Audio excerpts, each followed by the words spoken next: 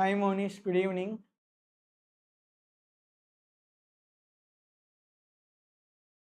So I'm very sorry. Yesterday there was power cut in Hyderabad. Even night also we slept without power, but in the midnight power has come yesterday. There was huge rain.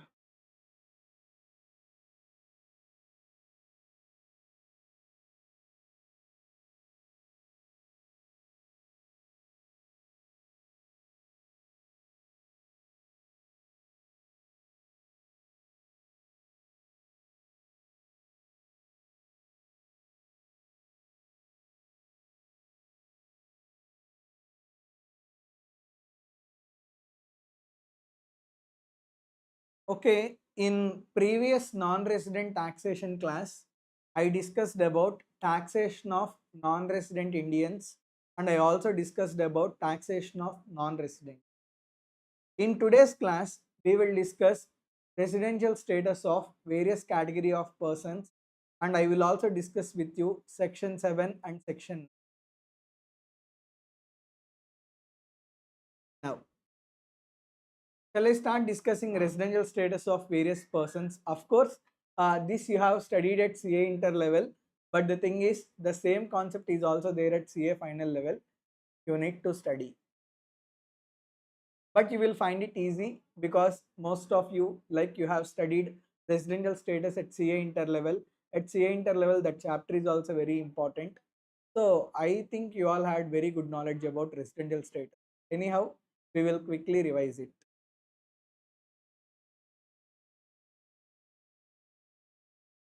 First, I will discuss residential status of an individual.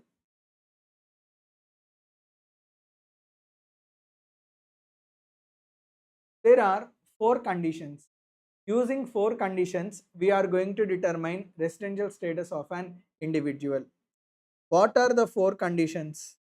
Out of four conditions, two are basic conditions, two are additional conditions. Okay, so what are basic conditions? Like B1, B2, additional conditions A1, A2. What is the conjunction between basic conditions? Conjunction between basic conditions is OR. That means out of two basic conditions, if any one of the basic condition is satisfied, sufficient. Sir, why we use basic conditions? We use basic conditions to tell whether individual is resident or non-resident. Are you able to understand? Once individual becomes resident in India, to tell whether that resident is ROR or RNOR, we are going to use additional condition. So simple, using four conditions, we will determine residential status of an individual. Out of four conditions, two are basic conditions, two are additional conditions. Why we use basic conditions? We use basic conditions to tell whether individual is resident or non-resident. Once individual becomes resident in India, then we use additional conditions to tell whether resident is resident and ordinarily resident or resident but not ordinarily resident. Conjunction between basic conditions is OR. That means out of two basic conditions, if any one of the basic condition is satisfied, sufficient, individual becomes resident in India. If both basic conditions are not satisfied, then individual becomes non-resident. Next. Once individual becomes resident in India, we have to tell whether that resident is ROR or RNOR. For that, we use the additional conditions. Sir, what is the conjunction between additional conditions? Conjunction between additional conditions is AND. That means if both additional conditions are satisfied, individual becomes ROR. If any one of the additional conditions are not satisfied, or if both additional conditions are not satisfied, individual becomes RNOR. Are you able to understand? I did not discuss what are the conditions. I am just explaining you the methodology to determine residential status of an individual. So what will we check? We will check B1. Individual is there. For individual, first check B1. If B1 is satisfied, then he becomes resident in India.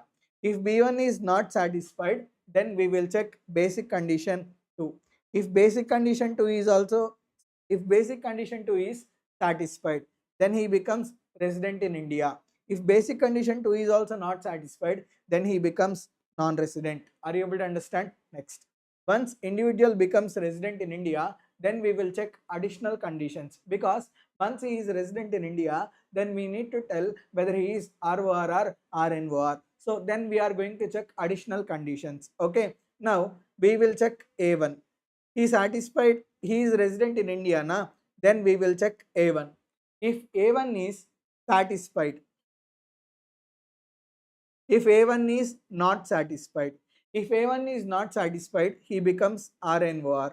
If A1 is satisfied, then we will check A2 also, because if both the additional conditions are satisfied, he becomes ROR. If any one of the additional conditions are not satisfied, or if both additional conditions are not satisfied, he becomes RNOR. So we will check A2 also. If A2 is also satisfied, then he becomes ROR. If A2 is not satisfied, then he becomes RNOR. Are you able to understand? Very simple. First check basic condition 1 for individual. Basic condition 1 satisfied, resident in India. Basic condition 1 not satisfied, then we will check second basic condition. If basic condition 2 is satisfied, he becomes resident. If both basic conditions are not satisfied, he becomes NR. Are you able to understand? Once, if any one of the basic conditions are satisfied and he becomes resident in India, then we will check additional conditions. If both additional conditions are satisfied, he becomes ROR. If any one of the additional conditions are not satisfied, if both additional conditions are not satisfied, then he becomes RNOR. Are you able to understand? Now I will discuss with you the conditions. Did you understand the methodology, how to determine residential status of an individual? Now shall I discuss what are all those conditions? B1. As per basic condition 1, individual must stay in India for greater than or equal to 180 days, 182 days during current previous year. That means in current previous year, if any individual stays in India either for 182 days or more than 182 days, he satisfies basic condition 1. Once basic condition 1 is satisfied, he becomes resident in India. So what is the Finance Act applicable for your attempt? Finance Act number 2 of 2024. It is applicable for previous year 24-25. So for your attempt, current previous year is previous year 24-25. In previous year 24-25, if an individual stays greater than or equal to 182 days, then basic condition 1 is satisfied. Are you able to understand? Next, basic condition 2. As per basic condition 2, what happened to this? Why is it behaving like this?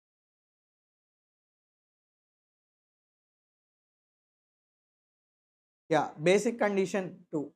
Basic condition 2 has two subconditions. Subcondition 1, individual must stay in India for greater than or equal to 60 days during current previous year. Subcondition 2, in last 4 previous years.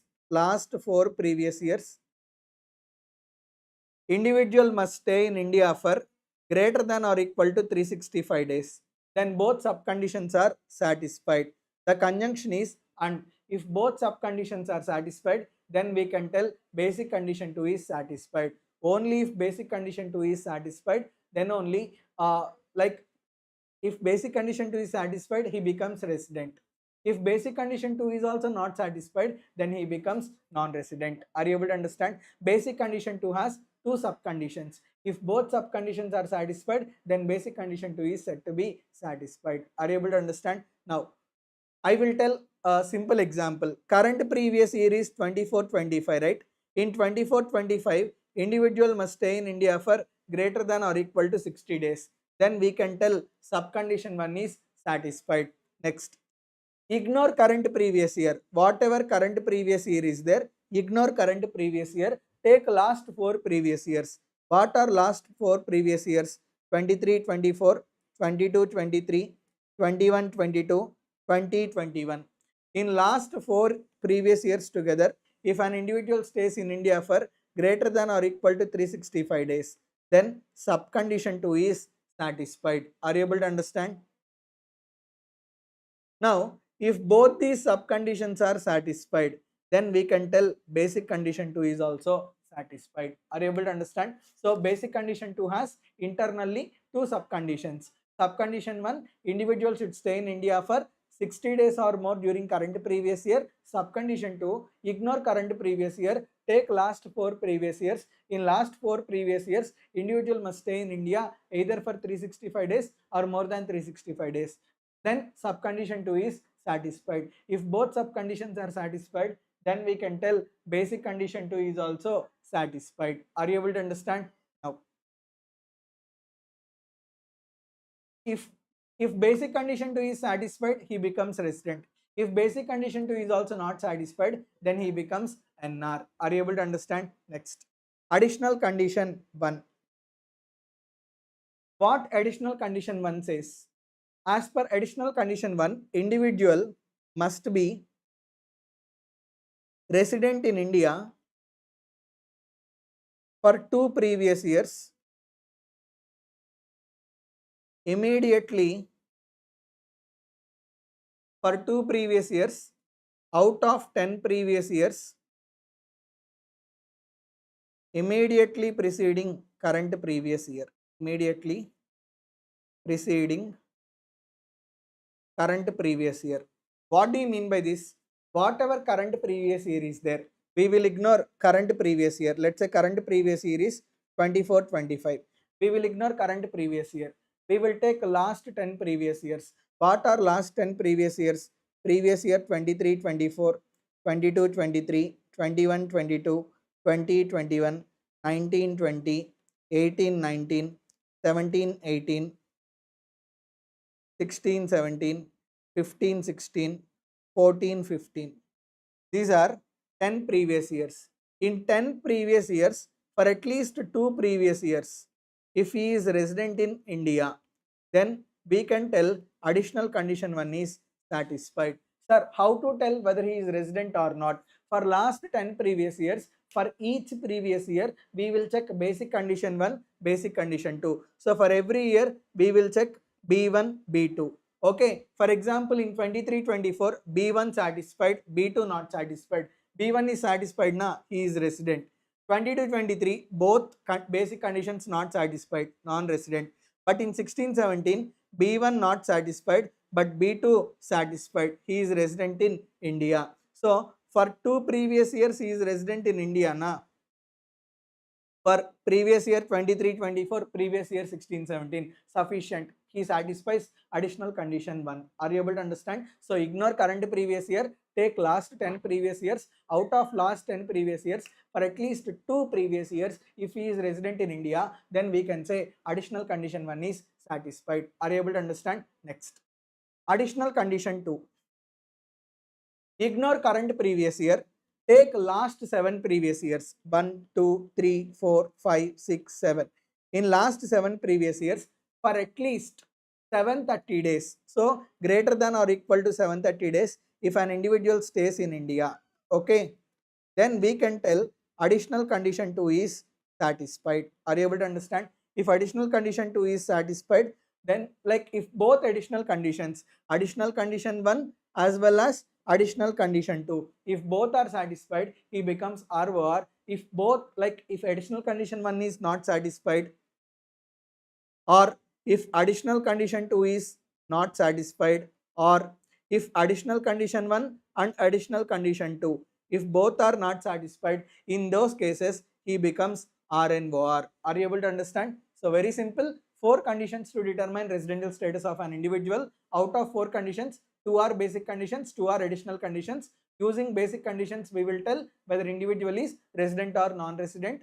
Once individual becomes resident in India, then we use additional conditions to tell whether resident is ROR or RNOR. Are you able to understand? Now,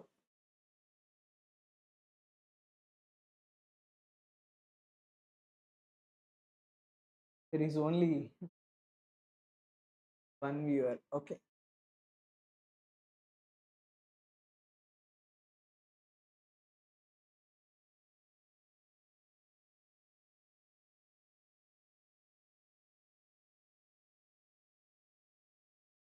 Now, we use basic conditions basic conditions B1, B2, conjunction is or. Out of two basic conditions, if any one of the basic condition is satisfied, he becomes resident in India. If both basic conditions are not satisfied, he becomes non-resident. Once individual becomes resident in India, we will check additional conditions. If both additional conditions satisfied, ROR. If any one of the additional conditions not satisfied, or if both additional conditions not satisfied, he becomes RNOR. Are you able to understand? Now, B1, as per B1, individual should stay in India for greater than or equal to 182 days in current previous year. As per B2, there are two subconditions. Subcondition 1, individual should stay in India for greater than or equal to 60 days in current previous year.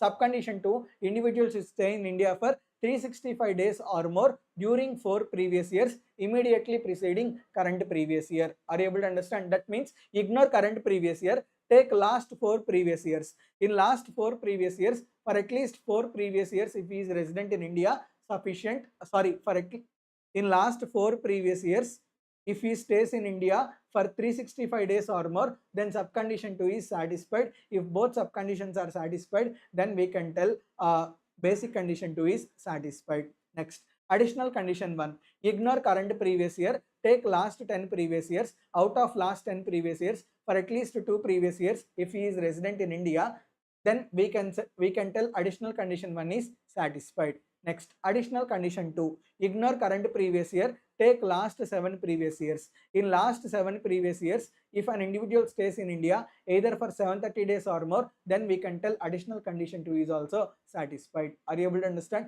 If both additional conditions satisfied, ROR. If any one of the additional conditions not satisfied, or if both additional conditions not satisfied, he becomes RNOR. Are you able to understand?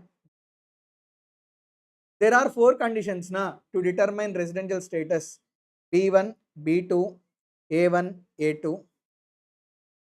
There are 2 exceptions to second basic condition. Okay, so for that means in 2 cases, second basic condition is not applicable. In those 2 cases, we will check only first basic condition. If first basic condition is satisfied, he becomes resident in India. If first basic condition is not satisfied, don't check B2 because B2 is not applicable. So if B1 is not satisfied, directly he becomes non-resident, NR. Are you able to understand? Sir, what are those 2 exceptions? What are those 2 cases? Exception 1. First of all, exception 1 is applicable only for Indian citizen. So, in case of an Indian citizen, if he leaves India, why he leaves India? If he leaves India either for business or profession or for employment outside India, or as a crew member of an Indian ship, crew member of an Indian ship, crew member of an Indian ship.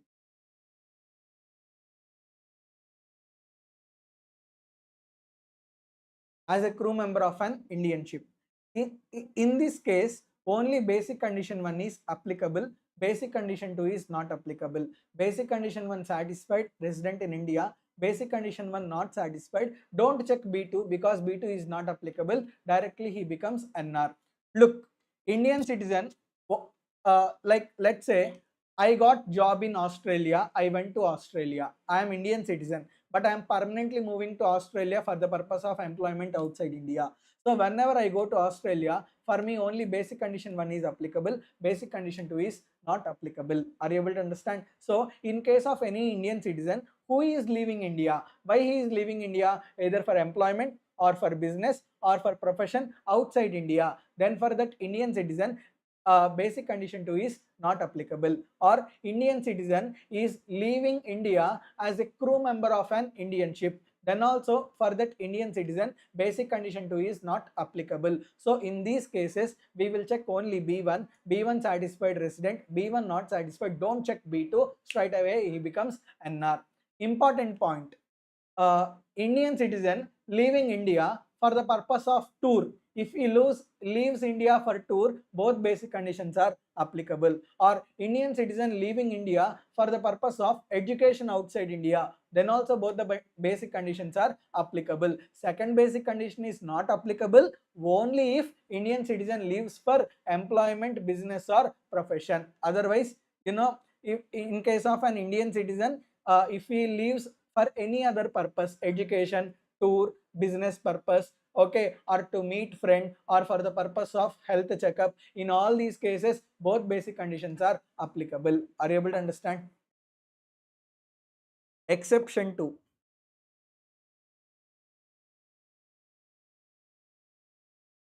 Exception 2 is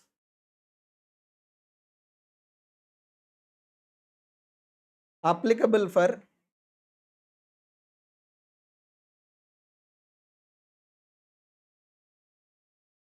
Indian citizen or person of Indian origin.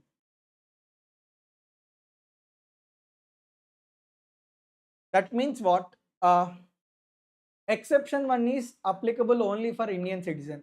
Exception 2 is applicable for Indian citizen or person of Indian origin. Sir, who is called as person of Indian origin? See, person of Indian origin means in case of any individual, either his parents or grandparents, if any one of them are born in undivided India, then we call that person as person of Indian origin. Are you able to understand? Let's say individual is there, either individual or his parents. Parents means mother or father. Grandparents can be maternal or paternal. Maternal means mother side grandparents, paternal means father side grandparents. So mother side grandmother, grandfather, father side grandmother, grandfather. So out of these many person, if anyone are born in undivided India, born in undivided India.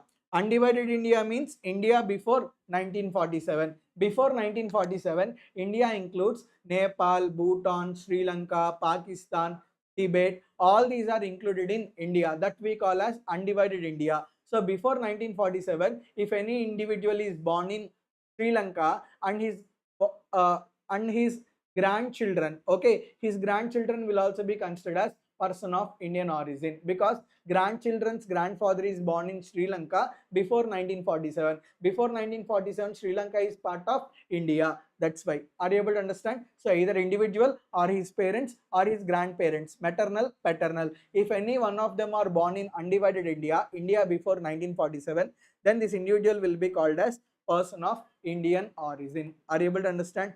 So exception 2 is applicable for Indian citizen or person of Indian origin. So in case of Indian citizen or person of Indian origin, what we are going to check? We are going to check total income minus income from foreign sources. If total income minus income from foreign sources is less than or equal to 15 lakhs, if it is greater than 15 lakhs, two cases will arise. So in case of Indian citizen or person of Indian origin who stays outside India,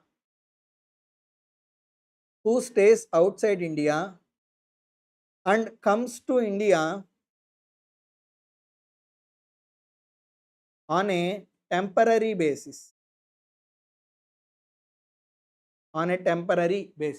For that person, we will check total income minus income from foreign sources. If total income minus income from foreign sources is less than or equal to 15 lakhs, if it is greater than 15 lakhs. If total income minus income from foreign sources is less than or equal to 15 lakhs, then B1 is applicable, B2 is not applicable. Are you able to understand? So if B1 is satisfied, he becomes resident in India. If B1 is not satisfied, you need not check B2, straight away he becomes NR. Are you able to understand? If B1 is satisfied and he becomes resident in India, then we will check additional condition 1 and additional condition 2 to determine whether he is ROR or RNOR. Are you able to understand? Next. If total income minus income from foreign sources is more than 15 lakhs. Sir, what do you mean by income from foreign sources? I will tell you. If total income minus income from foreign sources is more than 15 lakhs, in that case, B1 is applicable. If B1 is satisfied, he becomes resident in India. Once he becomes resident in India, then we will check additional conditions A1 and A2 to determine whether he is ROR or RNOR. But B2 is not applicable. In place of B2, modified B2 is applicable. Sir, what do you mean by modified B2? Do you remember basic condition 2? As per basic condition 2, there are two subconditions. Individual must stay in India for greater than or equal to 60 days in current previous year. As per subcondition 2, individual must stay in India for greater than or equal to 365 days during last 4 previous years. Do you remember? What modified B2 says, in place of 60 days, we need to replace 120 days. Okay. So as per modified B2, individual should stay in India for 120 days or more during current previous year and 365 days or more during last 4 previous years immediately preceding current previous year. If both these subconditions are satisfied, then we can tell modified B2 is satisfied. If modified B2 is satisfied, he becomes RNOR. If modified B2 is not satisfied, then he becomes NR, non-resident. Are you able to understand? Now, this is exception 2. Now, what do you mean by income from foreign sources? See, there are two types of income. Indian income, foreign income. Indian income means income that is received in India or accrued in India. We call that income as Indian income. Foreign income means what? Income that is received outside India and also accrued outside India. We call the type of income as foreign income. Are you able to understand? Now, whatever the foreign income is there, from foreign income, if any income is earned because of business controlled or profession set up in India, then that income is to be excluded. Whatever the balance income is there, that income we call as income from foreign sources. Are you able to understand? So we can tell income from foreign sources means income which is accrued, purely outside India. Are you able to understand? That means what? Income from foreign sources means income which accrues purely outside India without any business controlled from India or profession set up in India. Profession set up in India. We call that income as income from foreign source. Okay. Very simple. Exception 2 is applicable for Indian citizen or person of Indian origin. Either Indian citizen or person of Indian origin. For them, basically they are staying outside India and came to India on a temporary basis. For them, we will check total income minus income from foreign sources. If total income minus income from foreign sources is less than or equal to 15 lakhs, then B1 is only applicable. B2 is not applicable. B1 satisfied, resident in India. B1 not satisfied, don't check B2, straight away non-resident. Total income minus income from foreign sources greater than 15 lakhs. In that case, like B1 is applicable, B2 is not applicable. In place of B2, modified B2 is applicable. B1 satisfied, resident in India, and we will check additional conditions to determine ROR or RNOR. B2 not satisfied. Then we will check modified B2. Modified B2 means individual must stay in India for greater than or equal to 120 days. In current previous year, he should stay in India for 365 days or more during 4 previous years immediately preceding current previous year. If modified B2 is satisfied, he becomes RNOR. See, modified B2 satisfied, don't check additional conditions. Straight away he becomes RNOR. If modified B2 is not satisfied, then he becomes NR, non-resident. Are you able to understand? Next, there is another concept called deemed resident. So are you clear till here, everybody?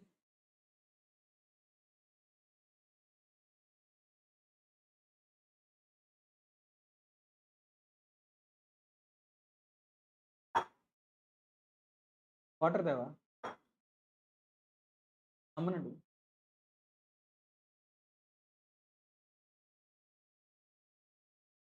deemed resident, there are 4 conditions. If all these 4 conditions are satisfied, then we call that individual as deemed resident. Okay, what are those 4 conditions? Condition 1, individual must be an Indian citizen. Individual must be an Indian citizen. Condition 2, he should not satisfy basic conditions. He should not satisfy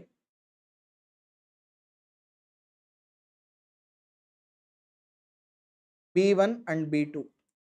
Basically, if both basic conditions are not satisfied, he becomes non-resident.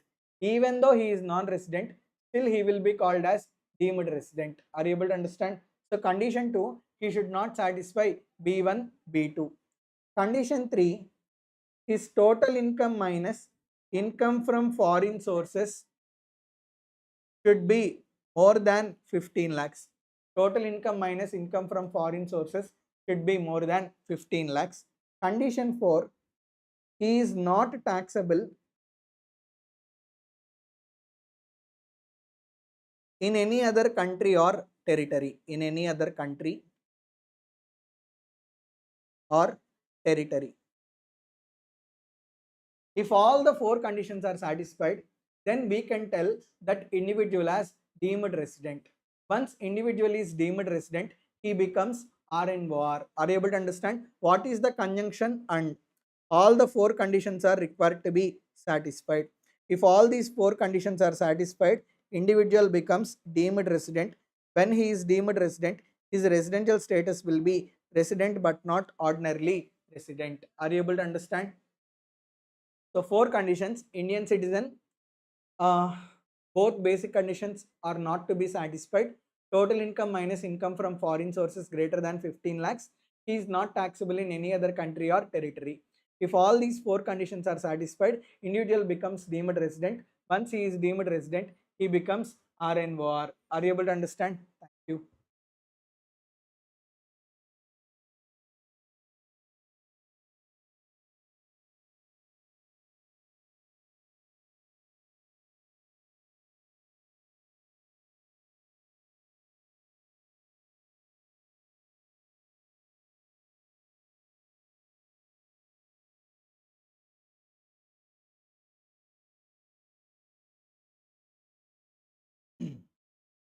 Am I audible, everyone? It got struck, it seems.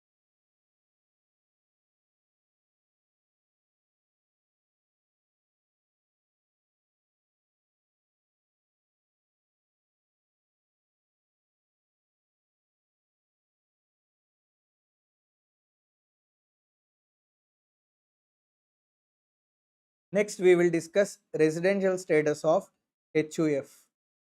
See, HUF have 3 statuses. HUF can become ROR, HUF can become RNOR, HUF can become NR, non-resident. So, 3 residential statuses are available for HUF.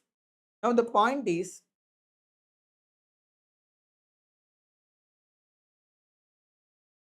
first we will check control and management affairs of HUF. Control and management affairs of HUF. If control and management affairs are wholly or partly in India, wholly or partly in India, then HUF becomes resident in India. If control and management affairs are wholly outside India, then HUF becomes non-resident. Are you able to understand? So, how do we tell whether HUF is resident or non-resident? We need to check control and management affairs. Sir, what do you mean by control and management affairs? The place from where Karta takes all the decisions. That place is said to be having control and management affairs. Let's say an individual who is Karta, he, like, let's say entire business is running in USA. All employees are working in USA. Entire transactions, sales are done in USA, purchases are done in USA. But all the decisions are taken by Karta sitting in Hyderabad. So we can tell the place of control and management affairs is Hyderabad. Are you able to understand? So the point here is the place where from Karta takes the decisions. That place is said to be having control and management. Business can happen outside India. Sales can happen outside India. Assets can be there outside India. Employees may be working outside India. But what matters to us is the place from where Karta takes all the decisions. That place is said to be having control and management affairs. Are you able to understand? So if control and management affairs are wholly or partly in India, HEF becomes resident in India. If control and management affairs are wholly outside India, HEF becomes non-resident. Next. Once HEF become resident in India, then check additional conditions. Check A1 and A2 of Karta. See, HEF is not natural born person. HEF is a artificial person. So we will check whether Karta is satisfying additional conditions or not. So we need to check A1 and A2 of Karta. If Karta satisfies both A1 and A2, if Karta satisfies both A1 and A2, then HEF becomes ROR. If Karta does not satisfy A1, or if Karta does not satisfy A2, or if Karta does not satisfy A1 and A2, if Karta does not satisfy A1 and A2, then HF becomes RNOR. Are you able to understand?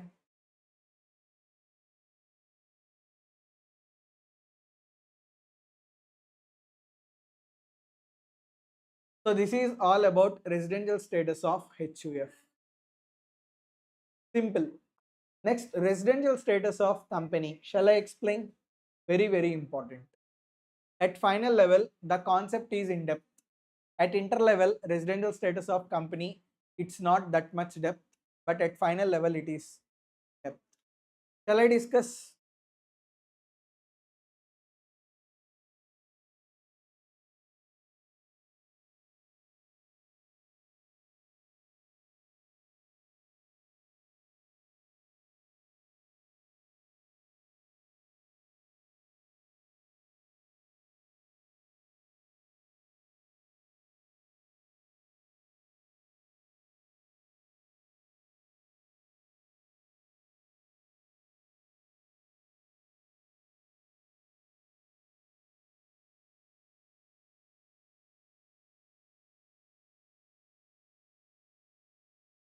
Now,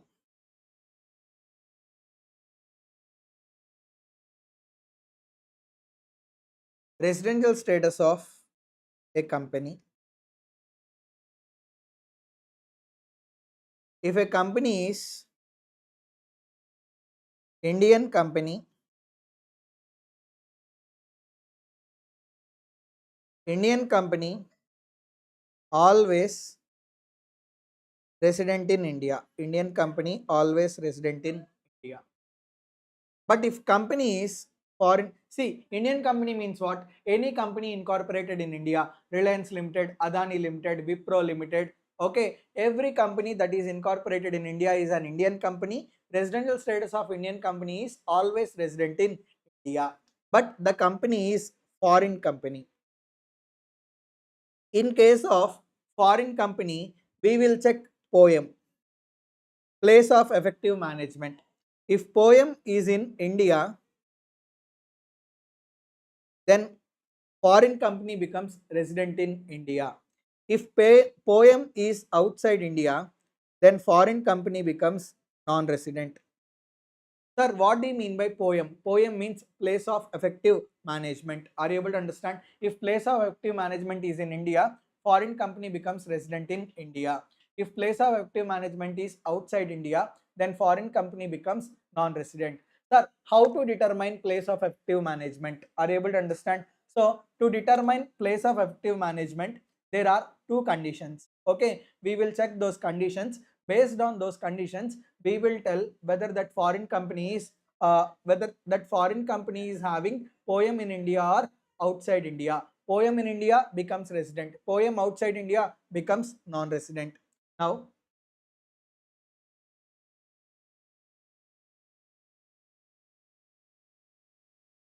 determination of POEM.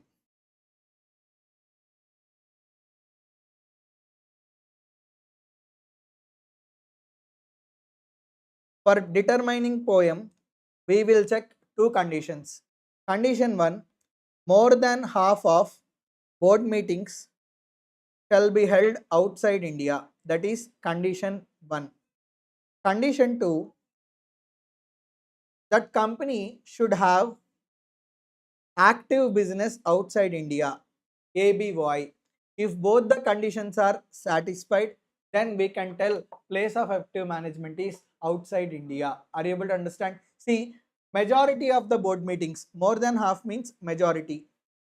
If majority of board meetings are held outside India, and if majority of the board meetings held outside India and foreign company is having active business outside India. If both these conditions are satisfied, then we can tell poem is outside India. If poem is outside India, foreign company becomes non-resident. Are you able to understand? Sir, let's say a company had 4 board meetings.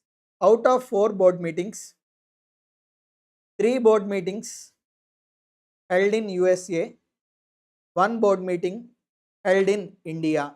In this case, more than half of the board meetings are held outside India, right? More than half of board meetings held outside India. Am I correct or not? So we can tell condition 1 is satisfied.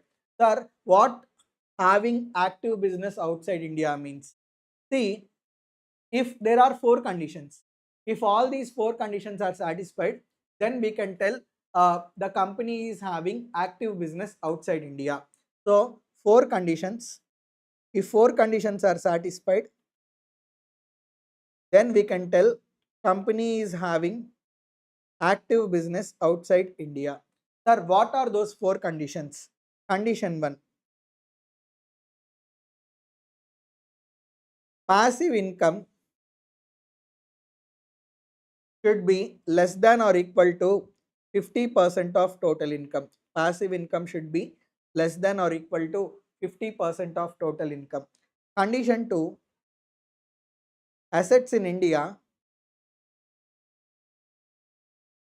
should be less than 50% of total assets.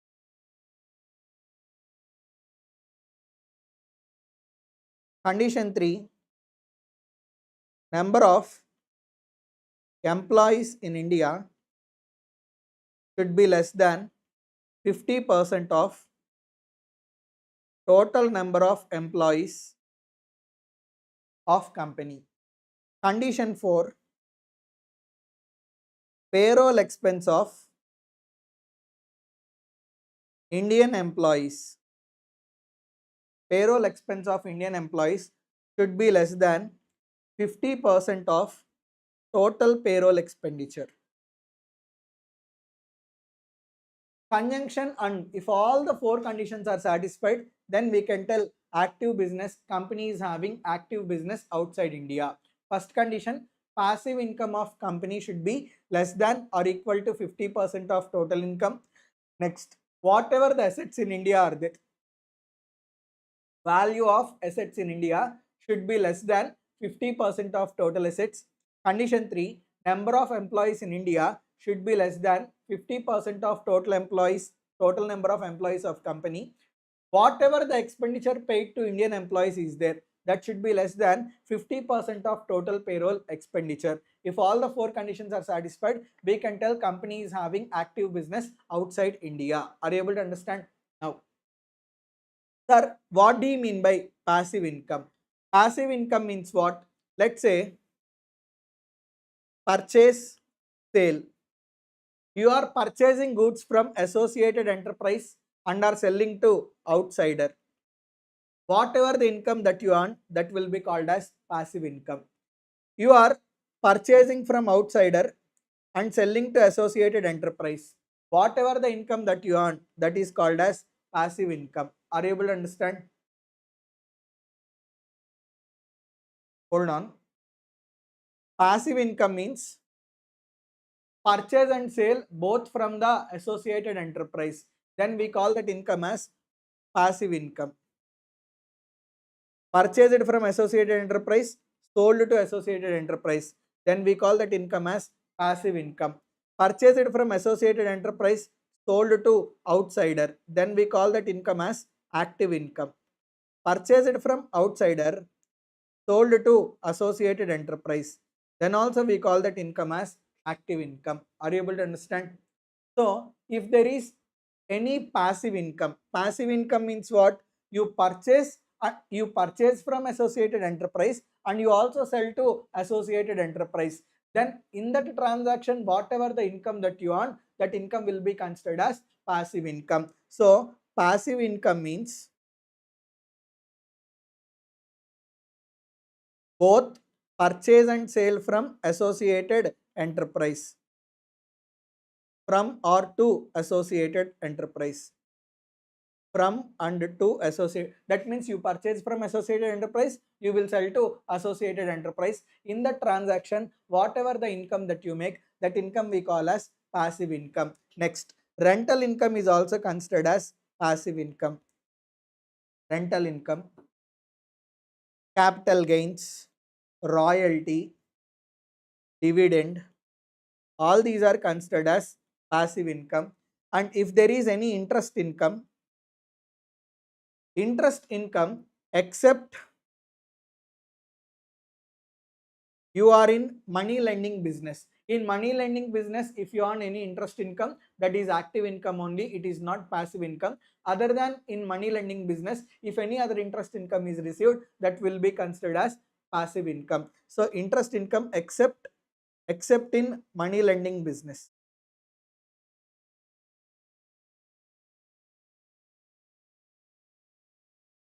Okay. So this is the concept. So very simple, active business outside India. When can we tell poem is outside India? Two conditions. Majority of the board meetings should be held outside India. Second condition, uh, that company is having active business outside India. When can we tell a company is having active business outside India? Four conditions. If all these four conditions are satisfied, we can tell company is having active business outside India. Sir, if both these conditions are satisfied, then we can tell company is having active business outside India. Okay. Now the question is,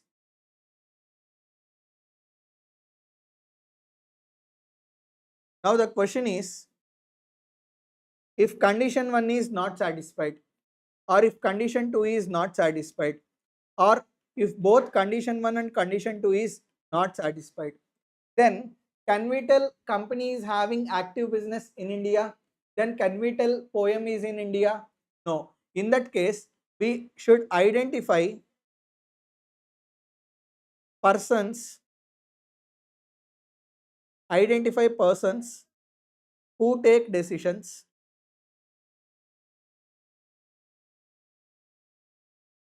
and we will identify place where they are taking decisions. Place where they are taking decisions.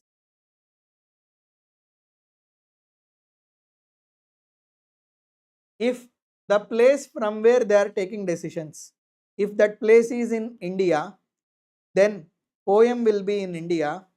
Once poem is in India, foreign company becomes resident. The place from where they are taking decisions, if it is outside India, then poem is outside India, then they will become non-resident. Are you able to understand?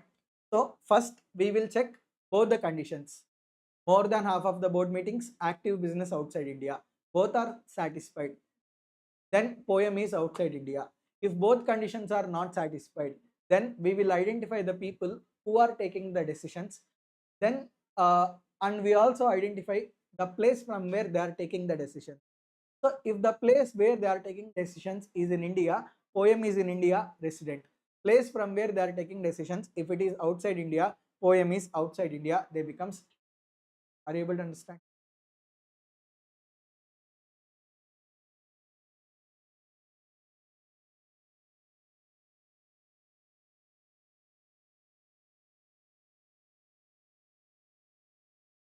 Next,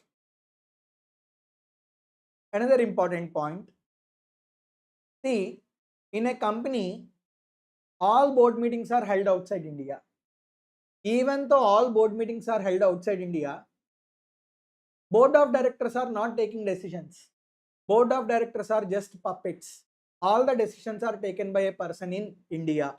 In that case, we can tell we will set aside board of directors, and as all the decisions are taken by a person situated in India, then we can tell poem is in India and that foreign company becomes resident in India. For example, I started one company, Umasankar Inc. in USA. I appointed 4 board of directors. All board of directors are like conducting board meetings in USA. But whatever I say, board of directors will do that only. I am sitting in Hyderabad, I am taking all the decisions. Now, just because all the board meetings are held outside India, can we tell poem is outside India? No, because board of directors are not taking any decisions without me. So here I am setting aside board of directors. So here we will find out the person who is taking all the decisions. It's me. Where I am located? Hyderabad. So even though all board meetings are held outside India, if board of directors are not taking any major decisions, if there is set aside of board of directors, then we will check the person who is taking all the decisions. If the person who is taking all the decisions is situated in India, then we can tell poem is in India and that person becomes resident. That foreign company will be said to be having poem in India and foreign company becomes resident in India. Are you able to understand?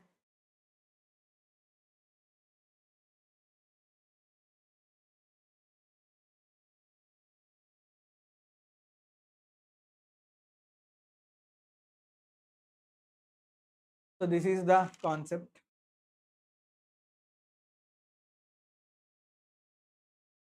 Next, there are two important sections, section 7, section 9.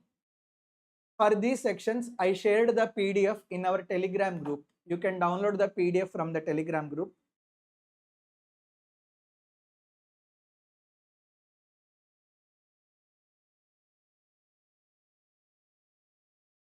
You can see.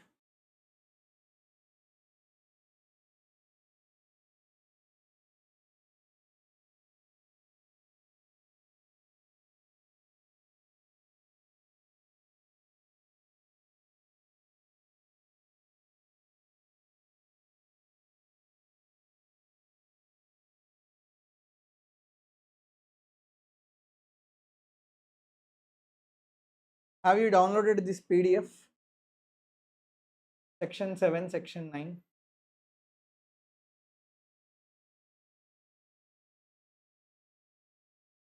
Now, section 7, income deemed to be received in India. In certain cases, even though income is not received, still we will deem income as received in India and that income becomes taxable in India. For example, employer contribution to recognized provident fund in excess of 12% of salary. In salaries chapter, we will discuss employer contribution up to 12% exempt, in excess of 12% it is taxable.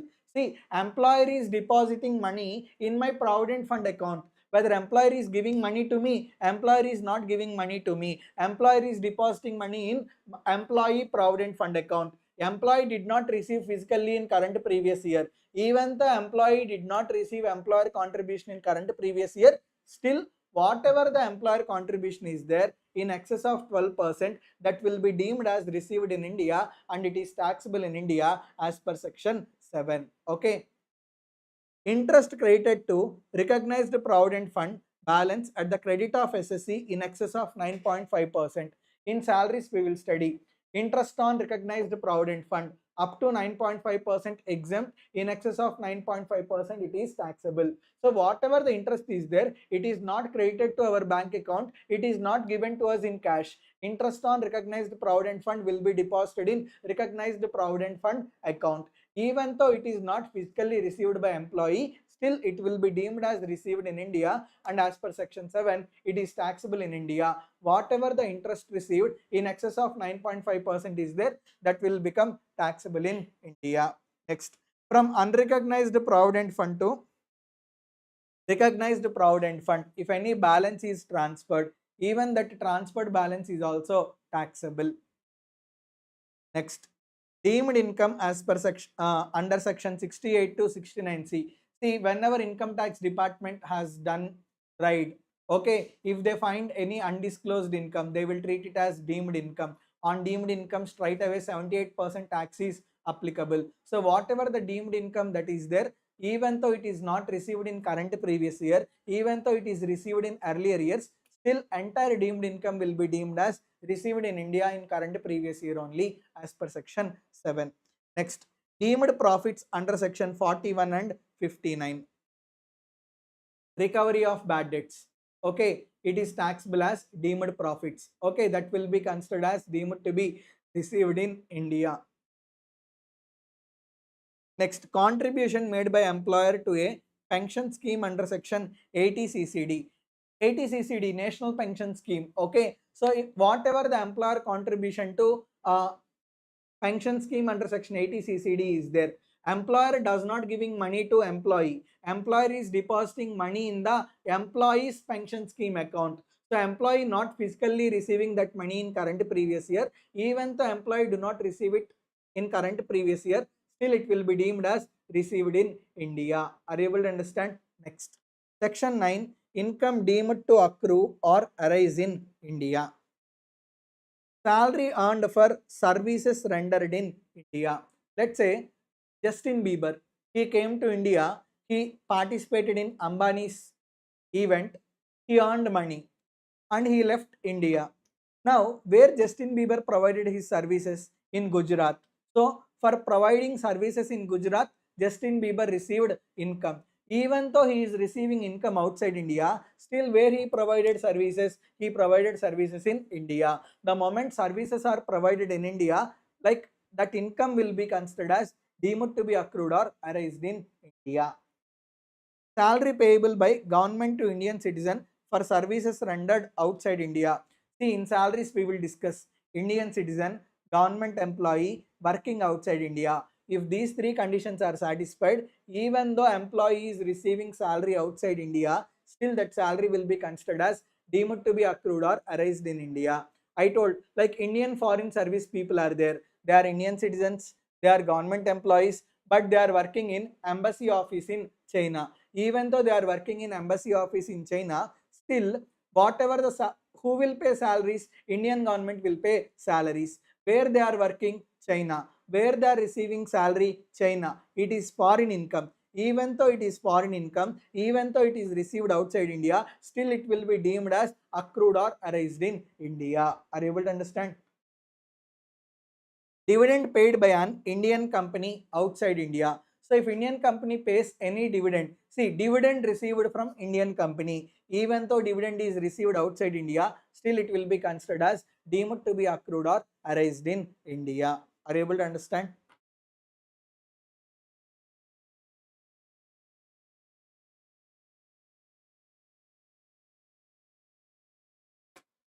Now,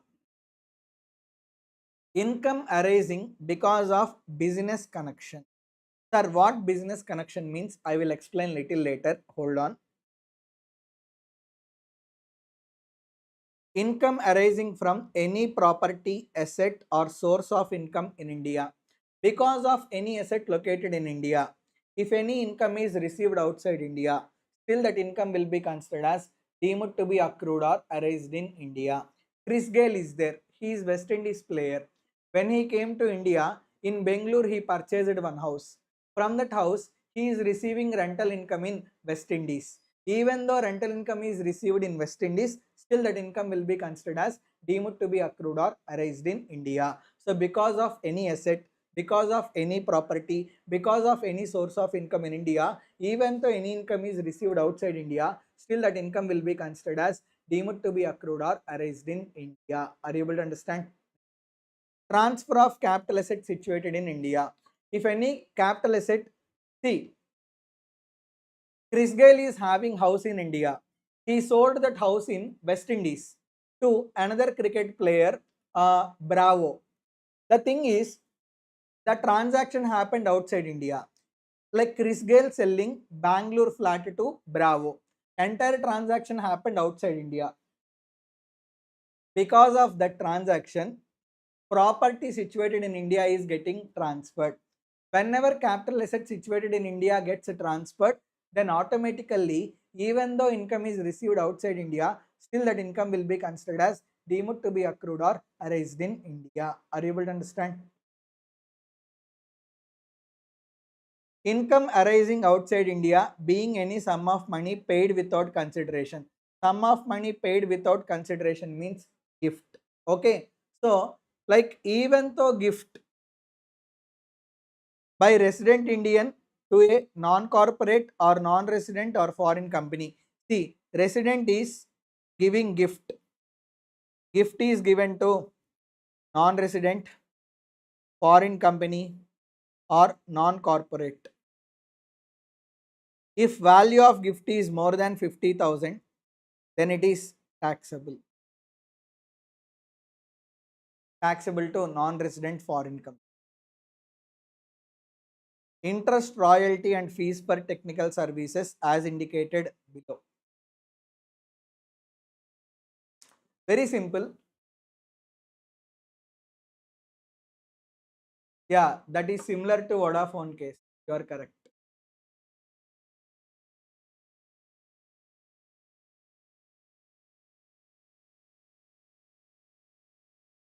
With one example, I will explain this clearly. There is government of India, there is non-resident. From non-resident, government of India borrowed loan. On this loan, interest will be paid. Interest is expenditure to government of India. Same interest is income to non-resident. Whatever this income is there, that income will be considered as deemed to be accrued or arised in India to non-resident. Deemed to be accrued or arised in India to non-resident. Next point. Government of India took patents from non-resident. On patents, government of India will pay royalty. Whatever the royalty paid, royalty is expenditure to government of India. Same royalty is income to non-resident. That income will be considered as deemed to be accrued or arised in India to non-resident. Next, technical services. Like government of India received technical services from non-resident. On those technical services, government of India paid fees for technical services. Whatever fees for technical services is there, it is expenditure to government of India. Same is considered as income to non-resident. That income to non-resident will be considered as deemed to be accrued or arised in India. Are you able to understand? So did you understand this concept?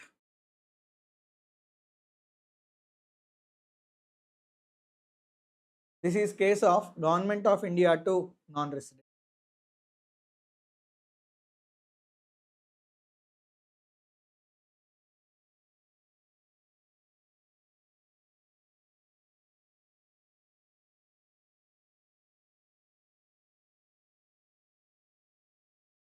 Case 2. There is resident, there is non-resident. Now, whoever resident in India is there, resident in India borrowed loan from non-resident. Resident in India borrowed loan from non-resident. On this loan, resident will pay interest. Interest is expenditure to resident. Same interest is income to non-resident. Whatever this income is there, this income will be considered as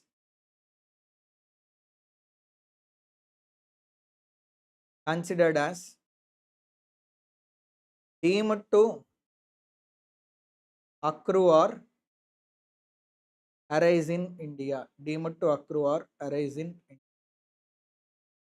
Okay. So very simple. This transaction, first transaction is in between government of India and non-resident. Whatever the transaction that we are discussing, that is in between resident to non-resident. Okay. Same concept. Resident receiving loan from non-resident. On that loan, resident will pay interest. Interest is expenditure to resident, income to non-resident. such income to non-resident will be considered as deemed to be accrued or arised in India. Next, resident received used patents of non-resident. On patents of non-resident, resident will pay royalty. Royalty is expenditure to resident and income to non-resident. Next, resident will receive technical services. On technical services, resident will pay fees per technical services. If fees per technical services is expenditure to resident and income to non-resident, such income to non-resident will be considered as deemed to be accrued or arised in India. Here, there is one critical point. Whatever the loan, patents, technical services that are received are there, if these are received for business or profession or source of income outside India, source of income outside India. In that case, whatever this income is there na, whatever this is there, this is income to non-resident, but that income to non-resident is not deemed to be accrued or arised in India, not deemed to be accrued or arised in India, not deemed to be accrued or arised in India. Are you able to understand the concept?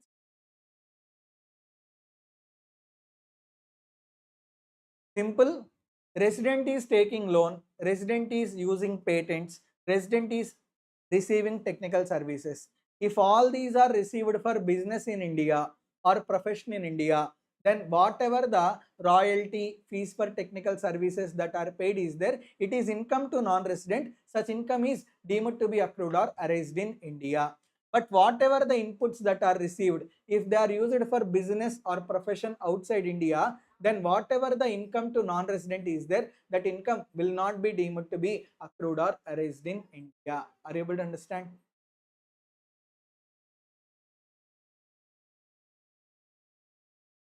Non-resident to non-resident.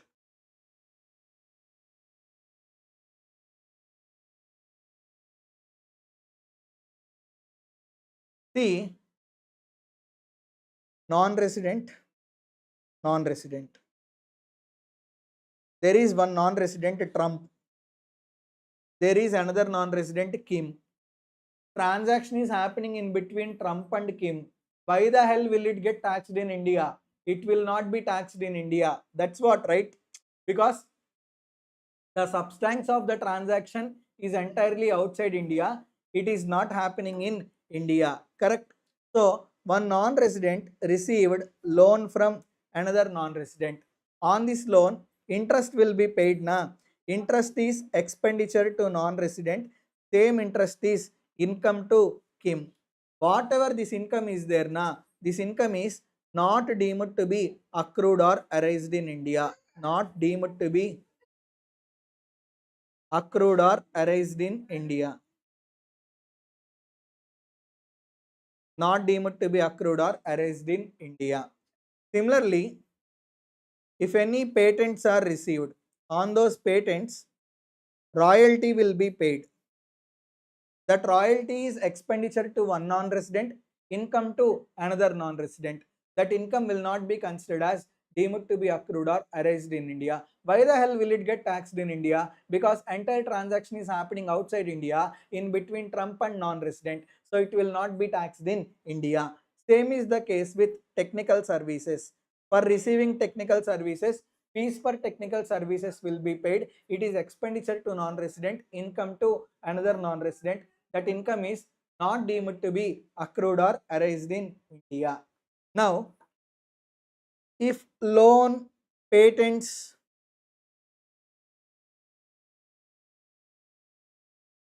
whatever loan, patents, technical services that are received are there, if they are for business or profession carried on in India, then it will be deemed to be accrued or arised in India, because whatever the loan taken, whatever the patents used, whatever the technical services that are received, they are used for business in India na, or they are used for profession in India na. So then in that case, whatever this income is there, this income to non-resident will be considered as deemed to be accrued or arised in India. Are you able to understand? deemed to be accrued or arised in. I hope you understood this point. Are you clear?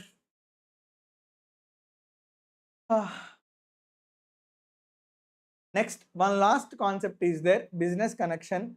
Hardly it will take 5 minutes. Then we can wind up the session. Shall I explain business connection? Everybody.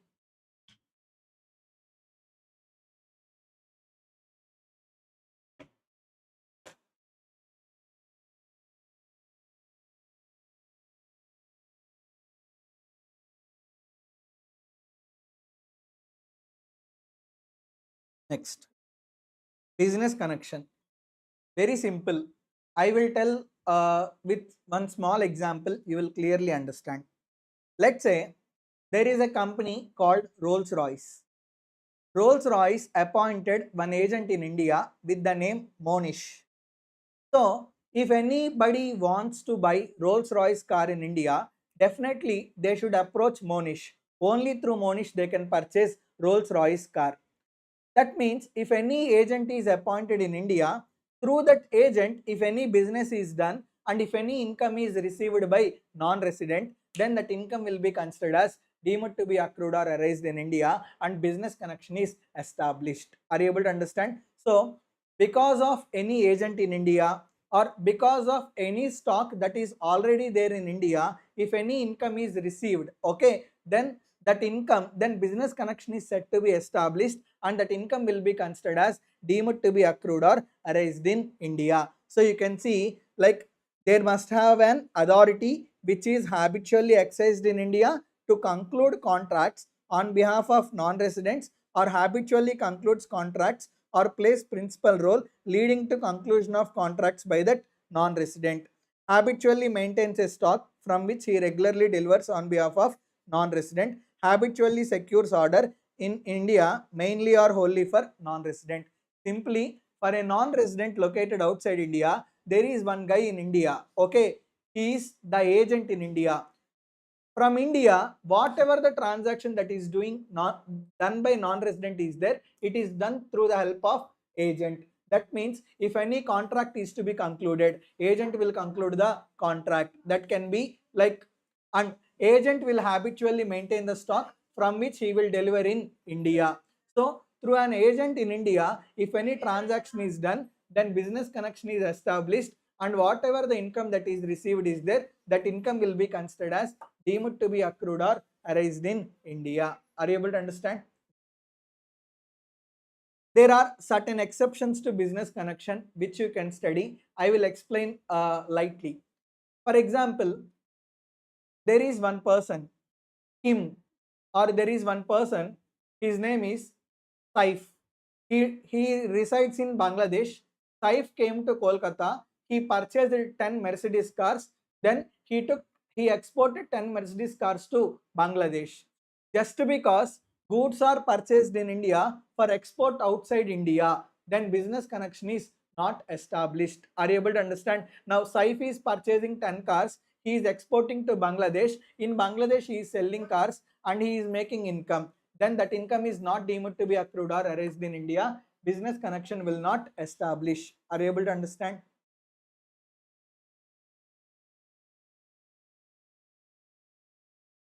Collection of news and views in India for transmission out of India. That means if any news is collected in India, using that news, if any income is earned, then that income is because of India. Actually, it should be taxable in India, but specifically it is excluded so that many people will come to India and cover news in India. Okay, are you able to understand? So that's why if any news is collected in India and any income is received, that income will not be deemed to be accrued or arised in India. Business connection will not establish. Okay, these two are main points. Remaining are nominal only. So that's it. We have discussed section 7, section 9. Actually, relatives have come to go. Okay, that's it for today. Thank you very much. Bye.